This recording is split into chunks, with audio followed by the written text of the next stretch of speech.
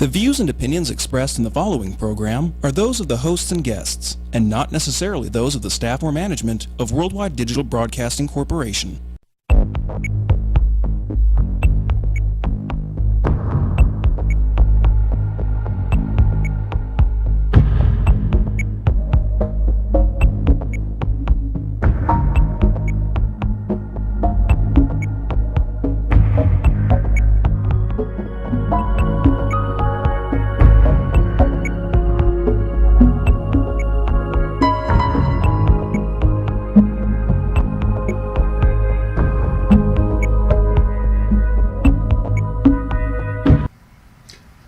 Hi, and welcome to Consciously Rising. I'm Jeff Renel, and today's show we're going to talk with Jamallah Ali-Rahman and Brandon Wiegand. Jamallah is the Chief Executive Officer over at Friends of Parkinson's. How are you doing today? I am fabulous today, Jeff. Thank you. John kind of got me off guard there with the way he threw me in here, so sorry about that. No problem. And then, Brandon, you're from the Source Dispensary here in town, right, in the Las Vegas correct. area? Yep. Awesome, and I want to thank both of you for being here in town. You're welcome. Or being here in town. I'm sorry. I'm always here. Yeah, too. thank you for being on the show. You got it. I want to find out a little bit about Friends of Parkinson's Okay. first, and find out what they're about and how they're out there helping the people out there. Okay, great. You know, Friends of Parkinson's is a nonprofit organization, and it is a coalition of individuals, companies, corporations, entities that come together to support the Parkinson's community and those with other movement disorders as well. We have been around for about 3 years now. In fact, October 23rd would be our third birthday. And we have been very fortunate to find some wonderful partnerships in order to keep us moving forward. We have a very strong mission. And our mission is to educate, advocate, and outreach to those who are affected directly and indirectly by Parkinson's disease, whether you are the Parkinsonian or if you are the caregiver. We are excited to be here simply because it's always good to have a voice in the community. And so when we are on TV and we can reach out to others and let them know our story, people tend to engage more. And with the population of Parkinson's here in Southern Nevada, it's growing. We have approximately between 20 and 30,000 people here with Parkinson's disease. We're the only nonprofit, to my knowledge, in the entire state of Nevada that focuses on Parkinson's disease. That's local to the state of Nevada. So we like having a voice where we can talk directly to the people, so we can say, we need your help. The work is there and it needs to be done. Parkinson's, I don't know if people are really aware exactly what Parkinson's it is. It's a degenerative neurological disorder that is progressive. And when you see a Parkinson's patient today, it is as good as it's ever going to be for them today. Our belief is that we can give them tools, information, and education that can help serve them in living their best quality life right now. That's why we're here. That's what we do every day. That's awesome. That's beautiful. And so did I hear you right? You said you help not only the patient, but the family as well? And the caregiver, absolutely. People don't understand. You know, taking care of someone is a big job. The caregiver is affected by the disease and also the stress of caring for that person with the ailment. They don't take as good a care of themselves. I know that's not proper English, but the best way I can say it is they don't take as good of care of themselves as they do their charge. Yeah. So it's important. No, it is, and unfortunately, I just have experienced a family going through this. One of my dear friends, he just transitioned a few months ago, and so I've kind of seen it progress for the last few years, and yeah, I noticed more of the stress on the whole family more than. Well, I mean, of course, unfortunately, my friend was going through a lot as well, too, but the family, you could really see it, and the change of their lifestyle and how everything changed for them once that started to take over. Right. One of the things I always encourage people to do when they're faced with something challenging, especially a chronic illness, is find your new normal. I won't tell you how old I am. However, I can guarantee you I cannot do what I did the same way when I was in my 20s. So in my present age and state, I find that new normal and do the things that I can do and continue to do them and enjoy them. No, I can't run a marathon. I don't intend to, but I can run. I can't walk 20 miles, but I can walk 2 miles. So you find that new place where you're good and comfortable and work there, and that's where you start.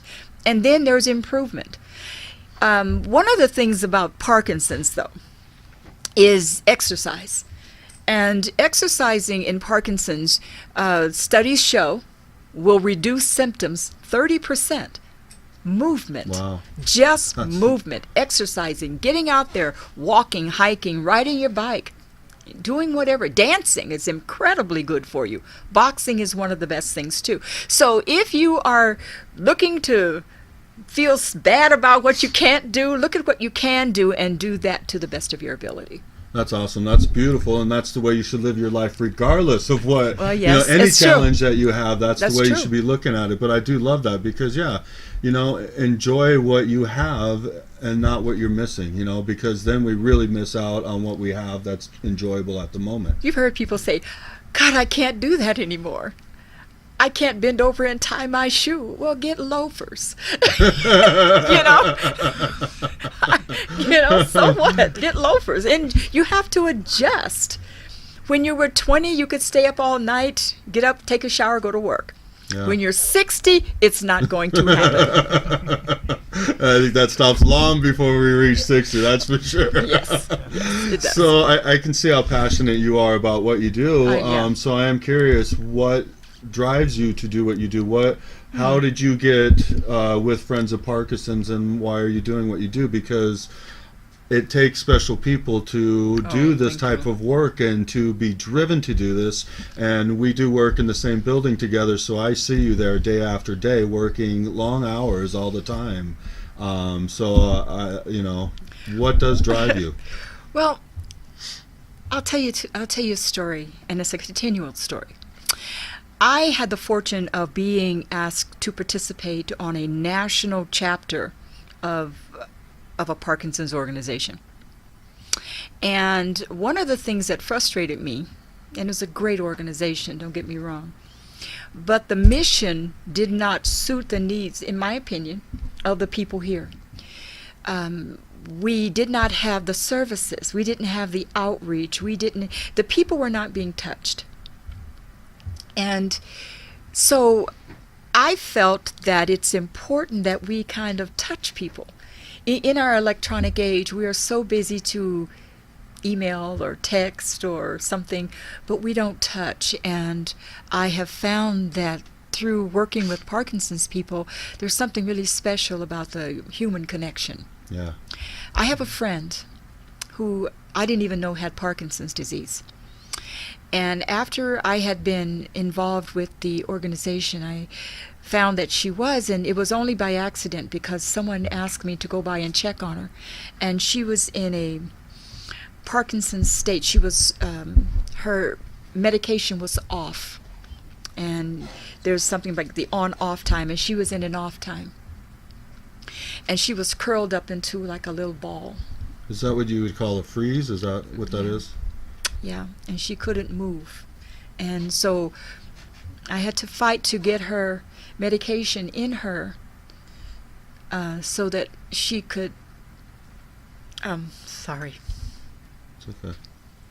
Anyway, I got her the medication, and within a short period of time, she was okay. And it was like, there's got to be something better than this.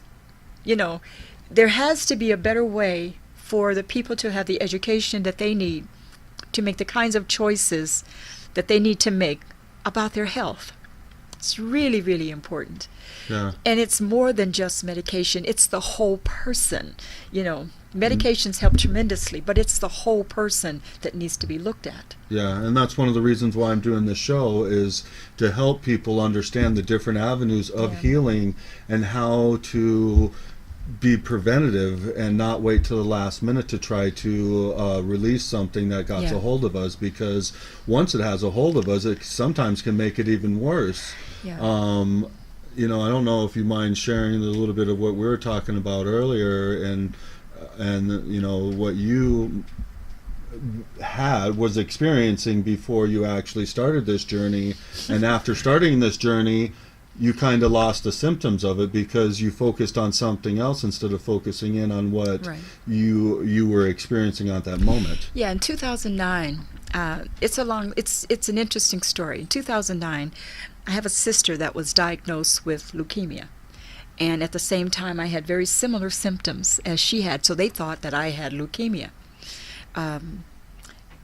It was funny because I went to the doctor said, "Nah, Miss Ali, you don't have leukemia, but you have lupus." And I went, "Oh, great." And he said, no, we can cure leukemia. So it was like, what? So fast forward a little bit, and I don't know if anybody knows about lupus, but systemic lupus attacks all the vital organs in the body, and there's tremendous discomfort at times.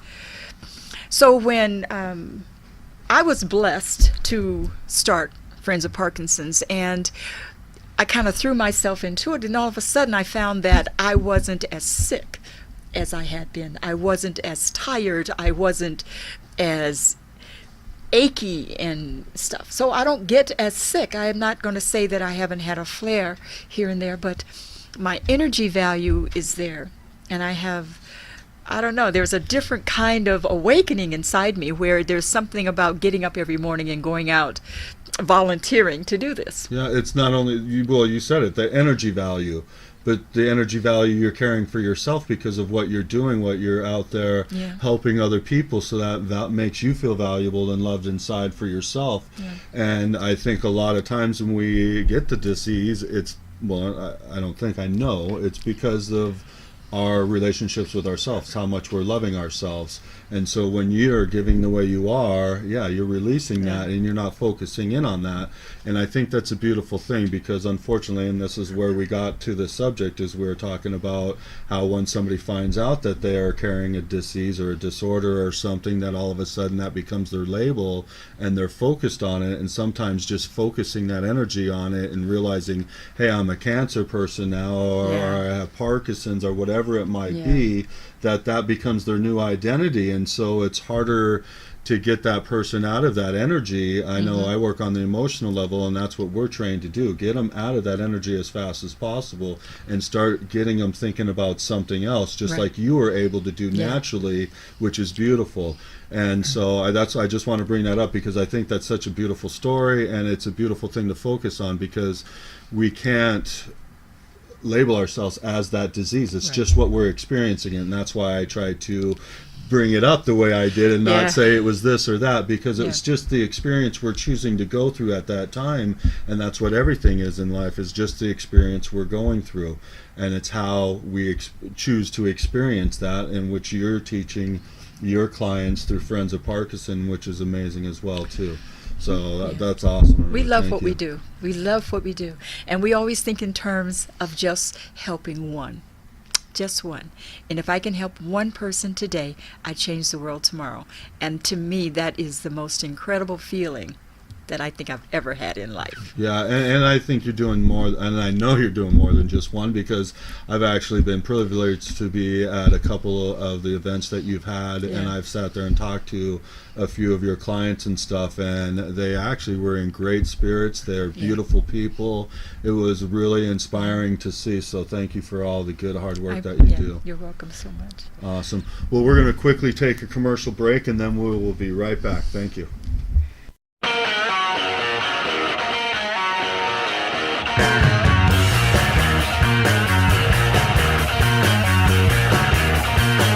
Put her hand in mine and said she loved me so.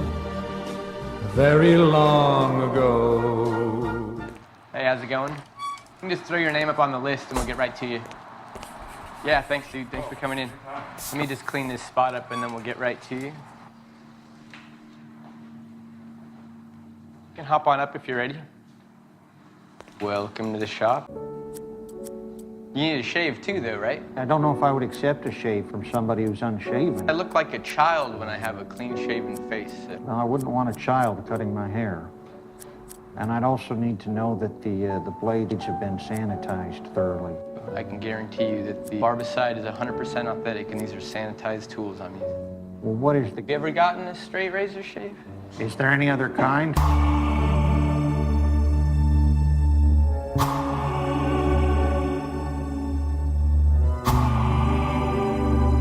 This stuff smells like Irish Spring. Brings me back to childhood.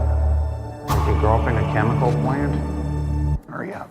Yeah, well, you know. Now you look like $1 million. Well, that's your job. I'll be sure and mention your facility during my show tonight.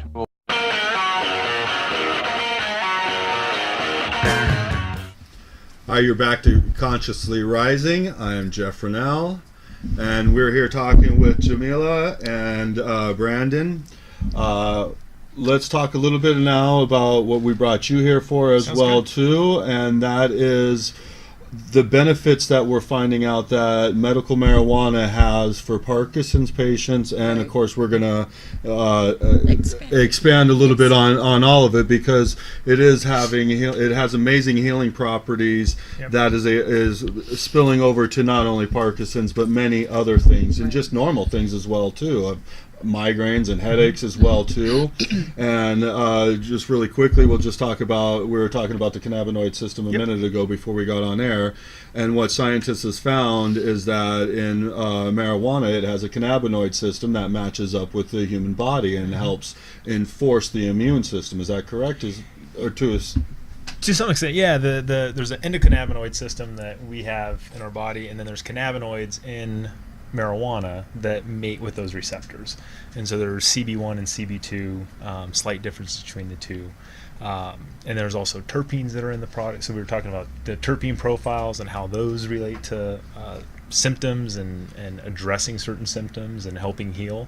So there's a myriad of different ways the product's being used, and we're finding more and more out each day because there's a lack of research. As we all know, it's still federally illegal, which prevents a lot of studies from being done.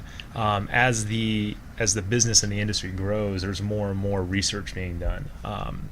And we're craving more and more, more individuals are seeking out the information and trying to find trying to find out how the cannabinoid system works, trying to find out how marijuana works, trying to find all the subtle intricacies and match up and find the scientific method of addressing those concerns. That's some of what we're lacking right now. Is there's a lot of anecdotal evidence, but we're lacking true clinical trials and double-blind studies of being able to go after the hard evidence that says, unequivocally, this is making a difference. That being said, even if there is a placebo effect at place, if it's working for somebody, it's still working. Yeah. So there's a lot of opportunity there. if you don't mind, I'm just going to share my story really Absolutely. quick, because I have firsthand seen positive effect with medical marijuana with my niece. She has seizures all the time. She has ever since she was a little kid, and she's unfortunately, I'm sure just like a lot of other patients, and again, I love Western medicine. It's doing a beautiful thing, and they're really trying to accomplish a lot of things that in some cases we just don't understand, and unfortunately seizures is one of those. And so I've seen her be kind of a pincushion through her whole life, and especially with the medication, it's unfortunate. She's about 27 now, and she had a mentality of about 13, 14 years old, and that was unfortunate with the medication. But she recently started using the CBD oil, and I would say probably about 3-4 months ago, or maybe a little bit longer. But after taking it for the very first 21 days, she didn't have one seizure. That's incredible. And she usually has up to 8 gram moles a month, which is is pretty massive from what my understanding of all of this. But what I really noticed was just like a month or maybe a month and a half later, I was at a family event and she was there and everything. Her confidence level was outrageous. I mean, it was just unbelievable. I was sitting there thinking to myself, did they take her off the medication? What's going on here? So, of course, I went and asked my brother, and, of course, it was way too soon for them to even think about taking her off medication or anything.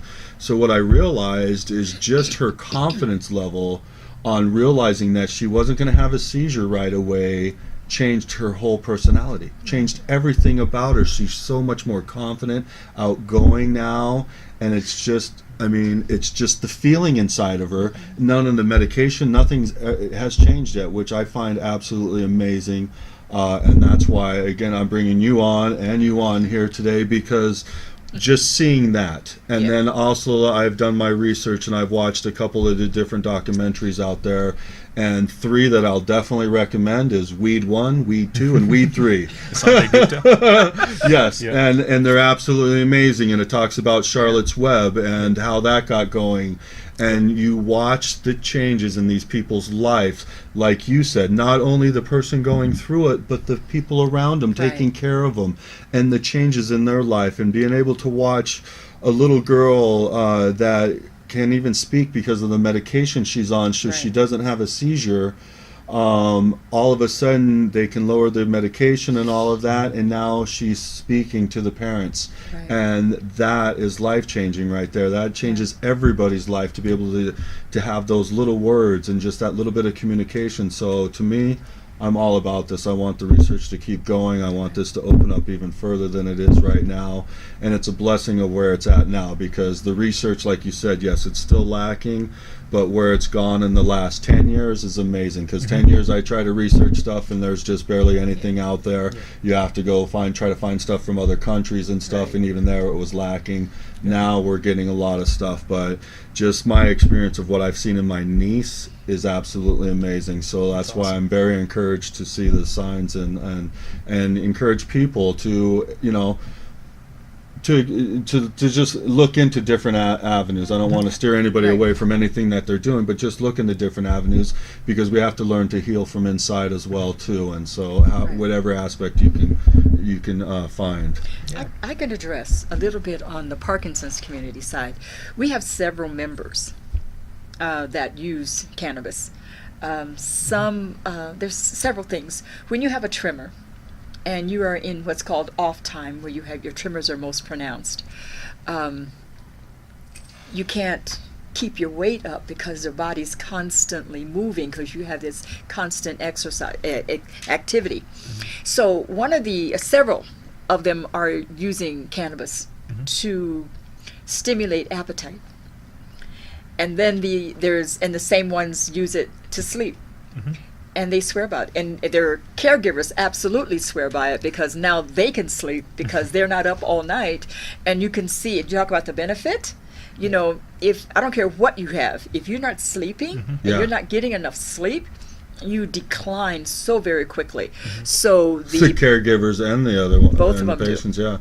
And so you can see the change in him, and in the caregiver as well, because it's phenomenal, the difference.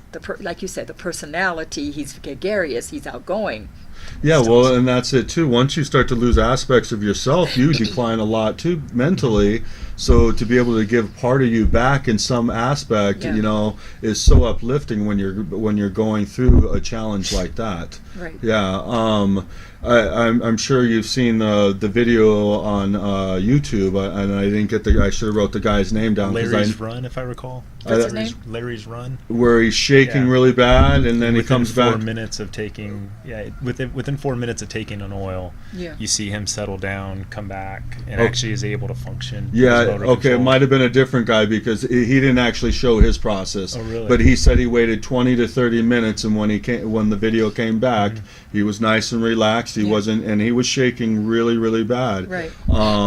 So I mean, just I couldn't even imagine that alone. So to be able to calm down the shaking and improve your quality of life that way, I mean, it's amazing. Yeah. It is amazing. And truthfully, marijuana itself was in every medical bag before the 1900s anyhow, before it got illegal. Well, it's one thing I love to remind people is that not that long ago, a generation ago, marijuana was legal. It's back in the 1930s that it got outlawed. So it's, it actually got outlawed after alcohol was outlawed and prohibited. Yeah. Wow. And it's interesting too, when I talk to people, a lot of individuals say, oh, I'm a recreational user. And then you start to dig a little bit deeper and peel back the layers and say, well, why are you using? Well, I have a hard time relaxing, or I have a hard time sleeping, or I have these headaches that I can't get rid of. Those are all medical conditions. Those are all medical reasons to be using. There's a lot more people, I think, that are using or choosing to self-medicate through cannabis that believe they're retail patients, when in reality is they're doing it for medical or health benefits. So let me ask you this, since you brought up that, then is there a benefit if you are a patient to have a medical card to be in recreational? I mean, I know there's a difference in the taxes, but is there really much of a difference there? Does it benefit somebody to go get a card? I believe it does. There's advantages to being a medical patient. One of those, as you mentioned, are taxes. There's a 10% excise tax that is put on for a retail patient. As well, we've been working and lobbying legislatively to try to get sales tax removed. If you're not paying sales tax at the pharmacy, why are you paying sales tax on your medical marijuana? Additionally, there's higher possession limits. You'll find that as medical patients, they typically require stronger doses. They build up a tolerance over time, like we all do to any medication. And so they have higher possession limits. So as a medical patient, you'll benefit from that. But when it comes down to the products that you're purchasing, there's literally no difference. We grow them side by side, and we started off medical, so the quality of the product and the rigorous testing standards that the state has implemented exist for retail or medical. And we've seen, and interesting enough, with retail taking off, I've seen a lot more customers, we call them on the retail side, coming in looking for the health benefits, not looking for a recreational use. They're looking, and people are coming and going, I've heard about CBD, I've been wanting to try it, I've not wanted to go to the illegal market. Now that it's recreational, I want to see if this works for me. I have back pain, I have these issues, I have spasms. There's a myriad of issues that cannabis is known to work for, and people are seeking that treatment out. They're looking for options that are not the traditional methods. There's an opioid epidemic in our country, and there's individuals that come in telling me, I'm addicted to my opioids, I want to get off of it, and I've heard CBD will help. I don't believe there's a single bad thing about that. No, I agree. The one thing I love about it too is what you're kind of hitting there is the safety of it as well too. Yeah. No one has ever died of an OD of marijuana. That's and true. The more important thing, no kid has ever died from an overdose of marijuana. That's true. And never ever will. You have to consume way too much, and you're going to end up passing out. So that alone is amazing. I would rather have that in my medicine cabinet than most of these other ones. Yeah, just Advil. Yeah, they're also bad for you and bad for your body, your kidneys, and all of that stuff as well too. The epidemic that's going on right now is unfortunate. I know people that got caught up in that, and I don't even know where they're at anymore. Unfortunately, good friends, and so that's dear to my heart too. So, yeah, I think the safety benefit here, it just way outnumbers the negative of anything that marijuana might present. I mean, some of the benefits of it: anti-inflammatory, antibiotic, antifungal, anti-tumor, antioxidant, a memory aid, can aid in the treatment of asthma, helps release anxiety, pain relief, sedative. I mean, just the list goes on and on and on of the benefits of it. Right. What are the negatives? I haven't found any. Well, I have a question. I'm sure. I mean, Well, I have a question about cannabis. We talk about the fact that you can't OD on it, but can it be addicting? Well, that's a common question that comes up. I'm glad you asked that. So there's two different types of addiction, right? There's a mental addiction and a physical addiction. Right. So when we talk about cannabis and you say, is it addicting? Is it physically addicting? No, there's no physical withdrawal symptoms that come along with cannabis. Your body can get used to it, can acclimate to it, but you're not going to have these strong withdrawals. Where you may see, and anything can have a mental addiction. Okay. So people can get addicted to the feelings and the process and the ritual, so to speak, and they can become mentally addicted to it. But it's not like even caffeine or nicotine or heroin, where you have these strong withdrawal symptoms that are very difficult to overcome and dangerous to overcome. That you need medical attention to come off of those. There's nobody that's needed medical attention to come off of cannabis safely. Yeah. Oh, wow. Yeah. So. It's almost like it was made for us, huh? I feel like it, right? it's mad. It's this plant grows, and if you just so happen to light it on fire, it has these wonderful effects. Well, and when we come back from commercial, break, we'll talk about that more, because it actually has different effects when you heat it up to when you just eat it raw. Correct. Right. And there's some amazing studies out there too with eating it raw now that look absolutely amazing. So let's take a quick commercial break, and we'll be right back. Thank you. Crazy Terry here with your car care tip of the day. So it's not a bad idea every now and then to check your battery. If you don't know how to do it, have somebody check it for you. Just a visual inspection can tell you a lot about your battery. So as we can see here, this battery's got a hold down. It's nice and tight. The cables are on. They don't look bad. We've got a cover. We don't see any corrosion. Everything's kind of tight, looking good. A little bit of dirt, that's normal, but nothing's leaking. No real cause for alarm here. So that's a good sign. Doesn't mean it's good, but at least visually we know that it's intact. Okay, so we're looking at a battery here that shows signs of corrosion. We want to test that battery to make sure it's good. Usually when they're getting like this, there's going to be a problem, leaking some acid at the top. We ran the test and we find out it has 396 cold cranking amps, but the battery requires 650. So it's just not enough. The battery is going to go soon. Better to know now than later. Okay, so the benefits of checking the cable is because this cable's rotted out. What we'll find is this is the problem, not the battery. So it'll save you from buying a battery, still having the no start, only to find out that it's a cable. This type of corrosion is common in diesels. Okay, so we're getting ready to jump the car, but we have to have some battery cables. And we have to check those too before we hook them up to the battery. So here we have our standard set of battery cables. We just look them over, see if the ends are frayed, if everything's connected all right. Everything looks good here. Wouldn't hurt to check the rest of the cable just to make sure the dog didn't get it and chew it up. We have red and black. Red's positive, black's negative. You always want to hook the positive up first and then the negative. And I'll show you how that's done right now. Keep these off to the side so they're not touching each other. Hook up your positive. You can find that right here by the plus sign, the negative sign. Plus is positive, red. Make sure that's securely hooked up. Keeping these away from each other. Hook up your negative cable. Just got to fight it on there. Figure out a way to get it. Wiggle it a little bit so it ensures a good connection. Now you're transferring voltage. If I hit these two together, we're going to spark. Kind of want to avoid that. Won't kill you. Kind of fun. A lot of people think if they can turn the headlights on, the battery's fine. That's not always the case. It takes very little amperage to turn a light on, but it takes a lot of amperage to start the starter.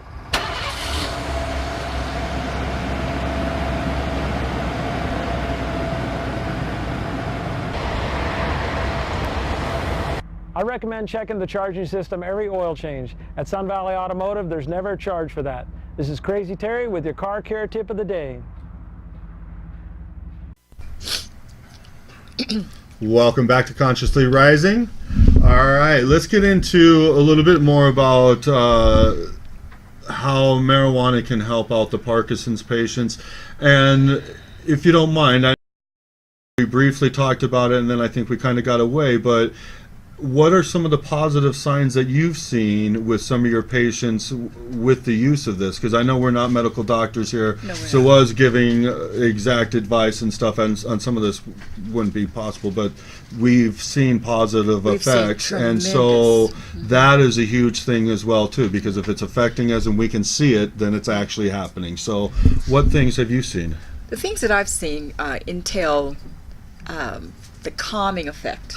Right? They seem very calm, and the rigidity, how they're more, the personality comes out. I don't know if that makes sense or not to some, but I find that they also have the ability where they're not as dependent, so to speak, on some of the drugs that they take. You know, one of the problems with Parkinson's is depression. It's a major problem. And it's twofold. Maybe it's the medication, or maybe it's just the disease itself. But depression is a big deal. And so I have found that through some of the conversations I've had with some of our members, is that it helps with their depression. They seem to come out more, their personality, which is a big deal, because if you're depressed, what do? You cocoon, you stay home, you don't socialize, and without socialization, you decline. Yeah. And so it's like that touching, as we were talking about in the very beginning.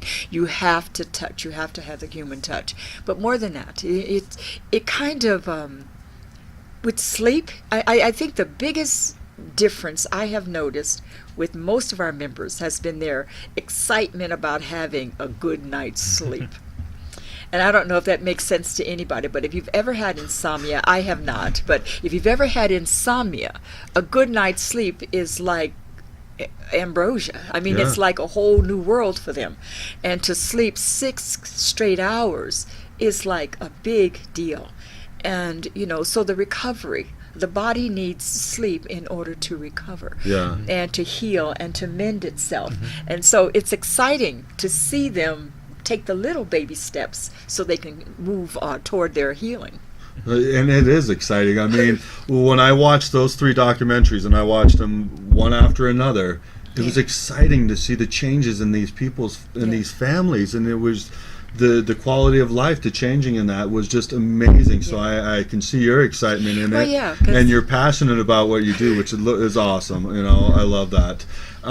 So some of the effects that you see with the Parkinson's, you were just explaining while we're on break a little bit. Can you talk a little bit about some of the things that you, because I know you're not a medical doctor, but some of the things you feel is helping, and what aspects you can look for in the medical marijuana, because we were talking about the terpenes, and the terpenes definitely have healing aspects to it, and so do the CBDs, the THC, CBD, all of that. So absolutely. So I'll start. One of the advantages of having a regulated marijuana market, medical marijuana or otherwise, specifically the state of Nevada, is we have really rigorous testing standards. So not only are we growing high quality medicine, we're testing it to make sure it's high quality product. We test it for heavy metals, pesticides, any other nefarious chemicals that you wouldn't want to have in your product. If it's a medicine, we want to make sure it's clean. But beyond that, it goes through and tests the profile of the product or the cannabis. And so when we talk about testing the profile, it's giving you percentages of cannabinoids and percentages of terpenes. And what's been really interesting is, as this testing has come out, there's, again, a lot of anecdotal evidence and also some actually rigorous research being done about how do these terpenes affect or guide the effects of the medicine. It's why you can talk to somebody and say, oh, I smoked this strain and it made me very paranoid, but I smoked a different strain and it put me to sleep, or I had no paranoia. You can have these very different effects from the same cannabis plant, and there's different strains, and again, within those strains there's different cannabinoids and different terpenes. And so one of the things we advise our patients on it is a little bit of a path of self-discovery. So individual results vary. Just because this strain worked for this patient doesn't necessarily mean it'll work for you, but you can start to find little clues and markers that'll indicate what is working, what isn't working.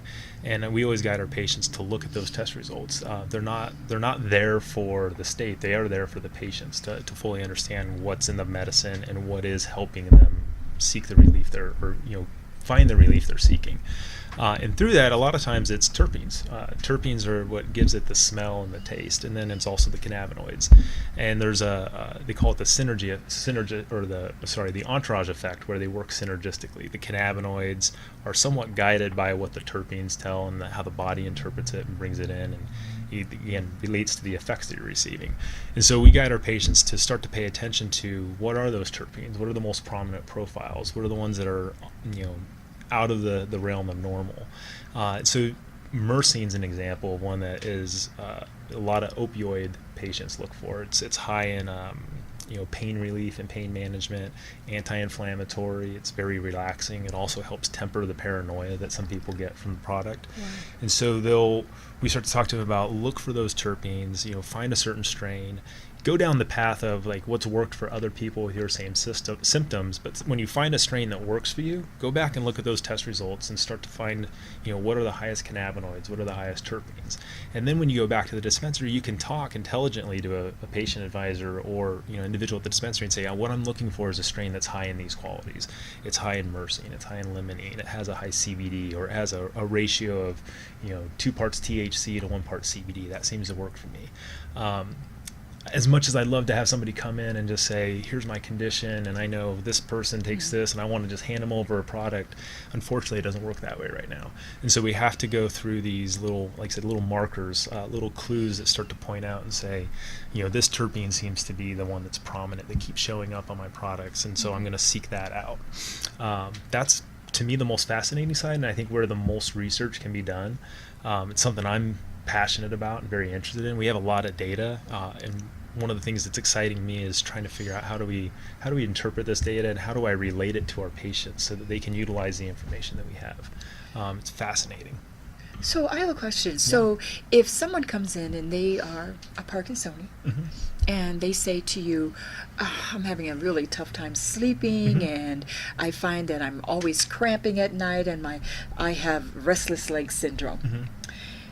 Can you, based on those symptoms, find a strain that will work for them? Potentially. I wouldn't say I'd find a strain that's going to work for them, but I can start them down the path of let's try these products, and I could say I don't know which one's going to work, and I may not know exactly what profile is going to work for you, because again, part of the challenge of this is that it's our own endocannabinoid system, and so our body takes it in a certain way. And that's one of the challenges of guiding patients on here's what works or doesn't work. So we can only go off of clues. I can say this seems to work for those conditions, and these terpenes seem to help with these conditions, but we're going to need to do a little bit of testing. So it's not totally isolated. You might actually be able to help him guide that in a better way too, because with your access to these patients, find out what brands they're using and what seems to benefit them, so we could take a look into it and say, here, there's these certain terpenes show up in all the different ones that they're using, this different cannabinoid or something like that. I actually was thinking of trying to do the same thing and starting to go to different patients and finding out what is benefiting them or what they find is benefiting them, so I could take a look and see what terpenes are in where, what CBDs, different things like that, to try to get an idea, because there's so many benefits out there, and to start to be able to narrow it down would be a wonderful thing. But I think, again, if you just understand the difference in the terpenes and the difference in the cannabinoids, and then you go there, almost like looking at your Colts package there, you could be going, okay, well, I have this symptom and this symptom right now, so I think this terpene with this cannabinoid would be perfect, so let me grab this one for today. And I think that's what it's going to come down to, because it seems like a specialty for each one. It's an herb, it's medicine for the body, food for the body, so it's a beautiful thing how everything's turning out. Well, and you hit the nail on the head. That's something that we're passionate about at the Source, where our patient advisors are constantly, and I like being a local, kind of more of a local geared dispensary, because we see our patients on a regular basis, and we have for several years now. And it's our patient advisors are passionate about it because they want to provide a product, and then they seek that feedback when they see them again. It's how did that work? Did it work okay? Was it different? Did the last one work better? So that's one of the things, again, as a company, we're very passionate about, but also our own team members are actively out there seeking that information to try to parlay it back out to the next patient that comes in. Yeah, and I like the Source. The Source is a great place. I've been to a few of them, and your employees are very educated. And if they don't know it, they've gone and got answers for me before too, and so I can sit there and talk to them for a while, and not only get a little bit of education from them too on certain things. So I like it. The Source is definitely a great place. You guys got great product and a great selection as well too. Really quick, let's just talk a little bit about the different ways of consuming it, because I've heard a lot of people tell the newbies to go, oh no, try edibles and stuff, and edibles are great in ways, but if you accidentally consume too many, you could really have the worst effect with marijuana that you possibly could, because it's easier to have that OD effect with the Right. edibles than anything else. Anything else, you're going to probably fall asleep first. Yep. So how would you recommend somebody Right. new coming into your store? All right, let me ask you this really quick too, because I want you to be able to hit on your store a little bit. If I was a new patient and I came in, and what would I expect from coming into your store? How would I go about? Well, you'd be welcomed by a greeter. You'd be checked into the dispensary. As a medical patient, if you have a medical card, we'd look at your medical card, check with the state system, make sure it's still active, and then allow you back into the sales floor area or the showroom floor. And from there, one of our patient advisors would more than likely interact with you and talk to you about what are you here for, what brought you in today. If we know you already, we're going to say, hey Jeff, how have you been? How did the product work last time? Anything new we can get for you? But from there, it starts the consult, which is really just asking you questions about what brought you in today. What brought you to our store? What are you seeking? And how can we help you find it? And from there, the conversation can go in a myriad of different directions. So I'd start there as, what brought you into the Source today? Awesome. So then from that point, then let's go into the next question, which we asked previous to that, is then how do I get started? What is the best way for me to start to get started into experimenting with this type of product? So again, individual results vary there as well. So it depends on what your ailment is, what you're seeking, what product you're looking for. If if I have somebody come in that has acute arthritis and it's just my bones hurt in this specific area, we might try a CBD cream. That seems to work well for topical solutions. If I have somebody who's going, I can't eat, we have patients who have throat cancer, right? They can't eat. We have suppositories, we have oils that can be consumed in a number of different methods. So there's a myriad of different ways to go about it. It really depends on what you're looking for. And what I hear you asking is, what are most people going for? And it breaks down to a few different areas. One is combustion of smoking flower. Two would be vaporizing, which is heating it up to the point where it's not fully combusting, but it's converting the product. So it's giving you're extracting the cannabinoids, you're extracting the terpenes without bringing fire to it. It's considered a healthier method of consumption. Do you and then believe also that's a healthier method, or I do. On some of the ways they extract it, can it be unhealthier? One of the advantages of dealing again with a legal state that has rigorous testing standards is there are extraction methods that can leave volatile compounds that can be detrimental to individuals' health. Those volatile compounds are literally into the parts per billion. If you look at like BHO, which would be a butane extraction.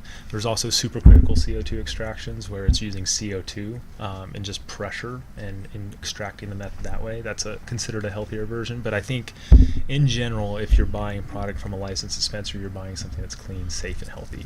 We have more rigorous testing than even organic food. Really? Mm-hmm. Yeah, and I'm just wondering because it's almost like every week they have a new method of doing something, and it's like, well, how did they figure this out? And then you hear how they're doing it, it's like, wow, is that really safe? So it just makes me wonder sometimes, especially because it's something new, and when it's new, we really don't know the end result of it and how well it's going to do in the long run and stuff. So thank you for that. Yeah. I could go back because we touched on edibles, and you made a very astute statement of there's a lot of individuals that say edibles are the safer, it's a safer alternative. You're not smoking. It is also the easiest to overconsume. Yeah. What I tell individuals is like edibles, if you overconsume, it's a ride you can't get off of. Once it's in your system, you're on that ride until it flushes out. Whereas hope you fall asleep. Yeah, and like I said, there's a number of incidents. I've done it before myself where you overconsume and it can be a little overbearing. That being said, nobody's died from it. That's tell everyone is like if you do overconsume, it's just find a safe place, sleep it off. Find somebody that can help you. And just really quick too, I just want to say because. Yeah, I've been there too before, but it's nothing like any other drug I've ever experienced in my life either. Yeah. I mean, So even at its worst, it doesn't even compare to any of the other anything else I've experienced. Truthfully, it's a little. I always tell you, it's a little bit like when you drink too much. Yeah, you but not get even that bad. Not even that bad, because then you're violently sick all night. You know, all I remember is just spitting and spitting and spitting, and then just want somebody to be next to me so I wasn't alone. But I'll tell you, it's interesting because you were talking about terpenes before, and agonists and antagonists, and there's things you can do if you do find yourself that you've overconsumed, if you feel that you've gotten too high. Pistachios are something you can eat that help bring that down. Beta carotene is one of those. It's one of the terpenes that you'll find that'll help temper that high and bring it back down to which is beta carotene is basically black pepper. Smelling black pepper, consuming black pepper can actually help temper some of that. There's also agonists, so like mangoes act as an agonist. They'll amplify the effects of the medicine. Didn't know that either. Myrcene's one of those. Myrcene is actually commonly found in it's the mango smell. It's that fruity, funky, spunky. And that's why, so that goes to where we're going to talk a little bit, hopefully later, about the education. Because the education, people don't know this. I didn't know that. You don't know that. So, and we're here to bring more information to people so they can make informed decisions. And so the education of what cannabis is, what it can do for you, and what it is not, and even some of the myths that come out about cannabis. It's important that we educate the community about the benefits, and also even some of the challenges we have with it as well. Unfortunately, the hour already went by so fast. So we do want to. Hopefully we can have both of you on again so we can educate more, because you're right, there is so much more. I want both of you to have a time to speak about the Source and Friends of Parkinson's and some of the great events you have coming up here. So I'm going to give this last 5 minutes to you guys, but if you can, just really quick, there's amazing other things, because yes, it's not just consuming it by smoking it or vape or edibles. There's the oils too, which are even more potent, they're the same potency, but can be just as effective, and you don't have to smoke it and do anything like that as well too. And the salves, I know people that are having great results with the salves. So let me really quick, you go ahead and tell about the Source, go ahead and plug it, give the contact information, whatever you want, right on. And then we'll let you finish it off with some of the stuff you're doing as well too. Absolutely. Well, the Source is 2 dispensaries in Las Vegas. We have one in Las Vegas proper, which is off of Rainbow and Sahara at 2550 South Rainbow Boulevard. And we have another dispensary in Henderson, which right now is medical only, but in October, I think mid-October, October 18th, I believe is the date we've been told, we will flip over to retail and medical sales as well. That's off of Eastern and Serene. And we'd love for anybody to come down. We're doing an event with Friends of Parkinson's next Friday and Saturday. We're taking a percentage of proceeds that will be donated to Friends of Parkinson's. We've done an event with you before, longtime friends and partners, and love having you around. So. Yes. We like being around. We do. And you got a website or anything that? Website, thesourcenv.com. You can find us on Facebook, Instagram, all the socials at The Source Nevada. Yeah, and then just really quick, Leafly is a good way to find you guys as well too, and it has a lot of good information in there too. Absolutely. So I'm just going to quickly plug Leafly. Perfect. There you go. And do you want to go ahead? Let's. You got some fun events coming up that I'm really excited about. So. Okay. Aside from the wonderful event that the Source is doing for us next week, we also have the All Shook Up Sock Hop, which is coming up October. Again, it doesn't seem like yesterday. It's the All Shook Up Sock Hop and Benefit Rally, and we have antique cars. You get to come out in your 50s garb, your poodle skirts. Awesome. And stuff, so it's a wonderful time. That's October 7th, and it's going to be held this year at the Elks Lodge, 4100 West Charleston. And the benefit rally is going to be in the morning from 10 to 3, and then we have the sock hop that night from 5 to 8. We also have on October 18th, we have a Parkinson education series that we're doing. On the 18th, we have the Cannabis Education Series is starting, and we're hoping to make sure that all of you come out. It's going to be held at Touro University in Henderson, and you can go to our website and see that. It's www.friendsofparkinsons.org. Please stop by our office and see us. We have tons of things going on, and we can't tell them all in a short time, but please stop by our office, 2400 North Tenaya, Suite 115. We're Really looking forward quick, to I it. think we got just enough time to mention one more. Did you mention the Las Vegas Oh, Tremblers? the Las Vegas Tremblers, which is our singing group. We have one of the singers from the Platters. He is going to be helping us develop the voices of the Las Vegas Tremblers. So we're asking all of those Parkinsonians who can sing and those who can't sing, just come out and be a part with us. So, with that said, it's going to be a wonderful time, and it's so good to be a part of this community, and we invite each of you to be also a part. Come out and join us, and be a friend of Parkinson's. Yes. Thank you so much for both of you for being here. Yes. I'm really blessed to have you here today, and thank you for all the knowledge and wisdom that you brought us. I would definitely love to have you guys on again because, yes, it just wasn't enough time, and there's so much more we can cover because there's so much more on this. Do you have classes at the Sources at all for people to get educated? We do. The third Saturday of every month from 11:30 to 1, we have Dr. Trout come out and join us. Dr. Trout is a wealth of knowledge. Any medical question you have, he'll be able to give you a doctor's advice and guidance on. I think you've attended that as well. I've attended several, yes. Yeah. Awesome. He's truly a fountain of knowledge. Yes, and he's spoken at our medical symposia, so it's great. Beautiful. All right, awesome. Thank you for listening. We'll be back next week. Have a great week.